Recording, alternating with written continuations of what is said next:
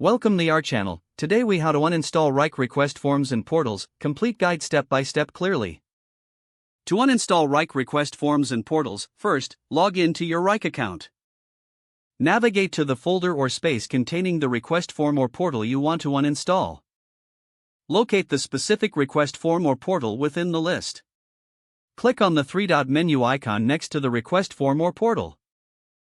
From the drop-down menu, select Delete. A confirmation prompt will appear to ensure you want to proceed with the deletion. Review the information in the prompt, then confirm your choice by clicking Delete again. The request form or portal will now be uninstalled from your account. If you need to uninstall multiple forms or portals, repeat the process for each item. Consider checking other related folders or spaces for additional request forms or portals you may want to uninstall. After removing the forms or portals, review your workspace to ensure the changes are applied correctly. Remember that this action cannot be undone, so make sure you truly want to delete the items before confirming.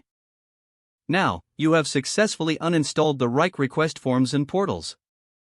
If the page does not load, refresh the browser or try again in a private or incognito window. Make sure you are using the correct email address, then retype it carefully to avoid small typos. If your password is not accepted, use the reset option and create a new strong password you can remember. Check your spam folder for verification or security emails, then complete any requested confirmation steps. Enable two-factor authentication if available to improve account security and reduce unauthorized access risk. After signing in, review your profile details so your contact information and settings are accurate and current. If you see an error message, note it down and try again after restarting your device and internet connection. Log out when you finish, especially on shared devices, to keep your account and payment information secure. If the page does not load, refresh the browser or try again in a private or incognito window. Make sure you are using the correct email address, then retype it carefully to avoid small typos.